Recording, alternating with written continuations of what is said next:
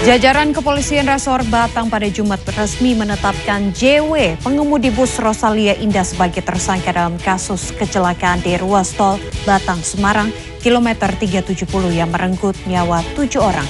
Bersama saya Monica Konado, inilah redaksi malam selengkapnya. Akibat tali seling putus, belasan orang rombongan peziarah di Kabupaten Lebak, Banten terjatuh ke sungai dari jembatan gantung setinggi 10 meter. Sementara itu di Kediri, Jawa Timur hendak mengambil keranjang sampah, seorang lansia hilang terseret banjir Sungai Kedak. Keberadaan korban sebelum kejadian sempat terekam CCTV.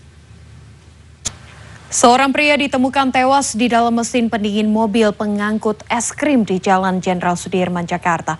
Dari hasil penyelidikan, korban diketahui memiliki kebiasaan tidur di dalam freezer mobil dan juga pintu mobil memiliki sistem pengunci otomatis. Kita ke informasi lain, seorang pengemudi bus angkutan lebaran di Terminal Gayatri, Tulung Agung, Jawa Timur kedapatan menggunakan sabu-sabu. Informasi ini kami rangkum dengan aksi kriminalitas lainnya dalam Kilas Kriminal berikut ini. Informasi berikutnya ini mengingatkan kita semua untuk tetaplah waspada saat berkendara. Di Makassar, Sulawesi Selatan, melaju dalam kecepatan tinggi sebuah sedan menabrak minibus dan juga pohon hingga akhirnya terguling di Jalan Raya Perintis Kemerdekaan. Sementara itu di Banyumas, Jawa Tengah, kendaraan tiba-tiba oleng. Pikap bermuatan buah duku menabrak mikrobus. 2 orang terluka akibat kecelakaan ini. Lagi-lagi gara-gara sopir mengantuk, minibus yang mengangkut 6 pemudik menabrak pagar pembatas tol hingga terlempar sejauh 5 meter di tol Semarang Solo ruas Boyolali. Sementara itu di Jawa Barat, seorang wanita ditemukan 2 kali pingsan di exit tol Sumedang. Anehnya, korban tidak tahu mengapa dirinya ada di area exit tol. Selanjutnya kita ke perkembangan kasus kecelakaan bus Rosalia Indah di tol Batang Semarang yang merenggut 7 nyawa. Polisi telah menetapkan sopir bus sebagai tersangka. Sementara dari hasil penyidikan, KNKT menemukan ada pola penugasan yang berlebihan dari perusahaan bus yang memicu faktor kelelahan pengemudi. Kita ke informasi berikutnya, hari kedua setelah Lebaran, Pelabuhan Bakauheni di Lampung mulai dipadati oleh penumpang yang akan kembali ke Pulau Jawa. Arus balik Lebaran 2024 juga sudah mulai terlihat di jalur selatan. Polres Garut melakukan rekayasa lalu lintas satu arah untuk mengurai kepadatan di wilayah Malangbong. Anda kembali bersama kami di redaksi malam. Kita ke informasi 2 balon udara berukuran besar yang meledak di 2 kecamatan di Kabupaten Magelang, Jawa Tengah. 1 mobil dan sejumlah rumah warga rusak.